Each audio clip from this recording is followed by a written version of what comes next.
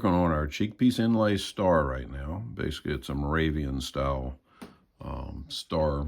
And what we've done, we stretched out our silver. We thinned out some silver earlier with a rolling mill and planishing and stuff, so we had a piece to work with. What we've done is when I get ready to set a star or anything like this, I go through with a mechanical pencil. Years ago, I used to use just a conventional pencil, and then you can just barely see right there, there is a mill file. And what I did is I took a mill file years ago and annealed just the tip so I could drill a hole on each end of it, and then it's still hardened in the middle.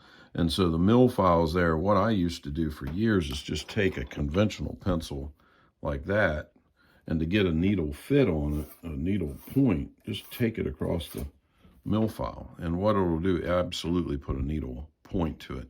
And this is before I used any of these mechanical pencils. Even some of those make too wide of a lead line. And the thing I did for years was take a conventional pencil, go ahead and snap the tip off and grind a point on both ends so you could take and sharpen up two sides of it. And a lot of times I would have like maybe 2 or 3 of these pencils laying up there on the bench and put the piece down, and then you can take that really crazy needlepoint pencil and make your lines in there. And the goal is to get that lead right up to the edge of the silver or brass that you're working with, so it makes a line absolutely right next. Sometimes these mechanical pencils, when you scribe around, there'll still be a tiniest line that is not tight to it. So if you need you put a needle tip on it, even the mechanical one, I'll still drag it across that mill face file just to sharpen it up a little bit. And once you get that done, go ahead and make your marks. As soon as the tip gets dull, either resharpen it. That's why when I used to do it a lot with these guys, I just flip it around and just do 2 of them. And then when one gets pointy or dubbed, you just throw it off, grab another one, and go all the way around your inlay, whether it's a patch box or whatever you're working on. Then when you lift it up, and here we mysteriously, we've got it all inset. But if you didn't, the pencil lines are here. And when you come through with a knife, and just leave the pencil line. You're just on the inside of it. My goal has always been to make one cut, zoom, and it's right where you want it. If you come in here and you start taking wood out on the inside a little bit and you think you're going to feather it out, the problem I always ran into is by the time I'm trying to take this little tiny edge off, many times I'll lose sides of my grain structure, especially with a curly maple where the grain's going up and over and back and forth. It can be really grumpy, and it is easier to cut it once and done. The kicker is cut it deep enough, and I normally angle my blade kind of to me, so I'm actually cutting absolutely straight down. You can use chisels if you want to, but a lot of times the chisel, I just have more control with the knife when I'm coming in. Then we roll inside and we start to relieve it with knives like this where we're cutting sideways. If you find it wants to chip down that way, then turn around and come back the other direction. And if you do have to cut into the chip, just make little tiny cuts into your edge. Make sure that you have the whole thing to the depth that you want. Don't hog it out so much that it bottoms out and ends up cupping in. Because when you start putting your pins in there, if this point or that point are deeper than what all the other ones are, when you start riveting and putting your pin stock in here to drive that home, it's going to drive this one lower than that one and vice versa all the way. And then you think you're going to smooth out the wood, and then it gives you a bad surface out here on the exterior of the wood where it just makes your inlay look bad. So, try to keep your inlay fairly flat. This one's got a few little dimples, but not bad. When I've drilled the holes, I go in with a tiny bit. I don't know if you can see this little stinker or not. You come in here with a tiny, tiny bit. I drill all the holes, normally not too close to the tip. I don't want them out there. I want the support to be here and then one in the center. Some of the Virginia guns will have a little screw in the center, but I still like having the silver pins out there. Pin stock, I'm actually using the same material that was used to create the inlay. So I'm shearing off little pieces. The one that just fell on the floor. There's another one over here, thank goodness. And I go ahead and I just cut it, and mind you, it's square, and then I lay it up here on the little anvil and just start planishing it, and you just keep rolling it. And the goal is I'll file this down, put it in a hand vise until these will just come through to the depth that we need coming on the backside. My goal is when I countersink these holes, I use a very, very kind of elongated, and this is actually a 3-sided sewing needle, which really works nice. And my point is that when you taper that, you want the taper to go from the top all the way to the face. And what that does, it gives you as long of an angle for that pin stock to get in there and continue getting tighter, instead of having a cone face. If you're using a little baby countersink, it puts like a 90 degree or 45, whatever.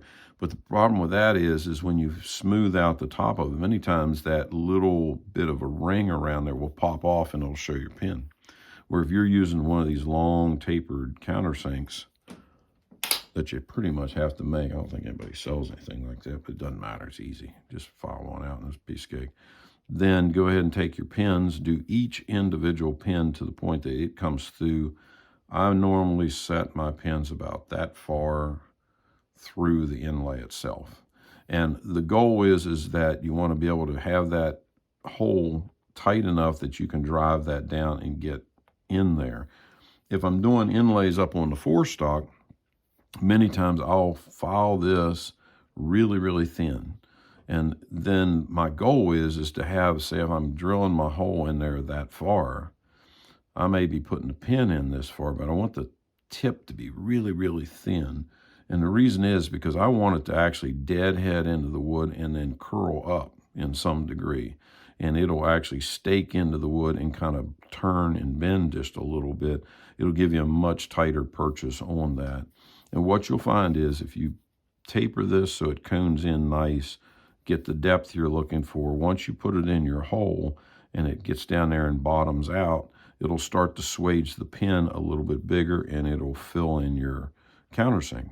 So the whole key is, or at least my goal is that you can't see the pins. I don't want to see the pins, even though there's a pin in every pedal or every point. But the point is you do not want to see the pins. You want to make it look like it just mysteriously just grew there. So I'll come back after we've got this set and smoothed out. And the key is we do not want to see the pins. So there you are. Here is our finished product. We've got 9 pins in there. I've got one that's showing just the tiniest bit in here that'll get cleaned up a little bit more. I got one little spot in here and needs cleaned up just a little bit. I put a little bit of water to it. It was fitting tight, but the thing is, once you get it down in there where you want it, put a little bit of water. This has got a little touch of stain in. I think we talked about this in some of the carving, raising details.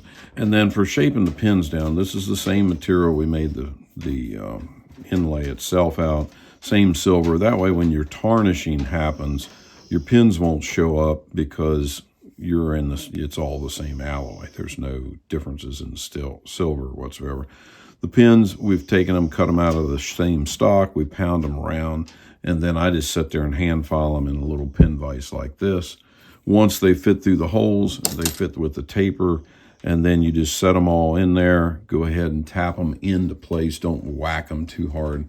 And I take a fine file like this and cut the tops flat on them, because when you pinch them off, they have a little peak to them. Cut them down flat, tap them down in there till they're just about seated, and then I go through with a big punch and just set on top and just swage it. But to make sure you don't damage it too much, because if you push it and press and punch too much, you end up putting a little divot on each one of these, which is bad. Then you're going to have to file a lot of material. And as long as your material's here is thick enough, you can get away with it, but you really don't want to have to do that. You can also leave your inlays a little bit proud. I've done that before where the inlay actually stands up, but I use a thicker silver stock to do that. I don't want it laying on top. I want it inset down in the wood itself, which this one is. And so we just did a flush mount on this. This will get fully engraved in a Moravian style star. and we'll just detail the rest of it out. I'll go ahead and polish it up while it's in this state. This is at a 240 sandpaper grit, and then we'll bring it on up more. Once we engrave it, we'll polish it out again and keep doing that, and then we'll be ready to stain and finish.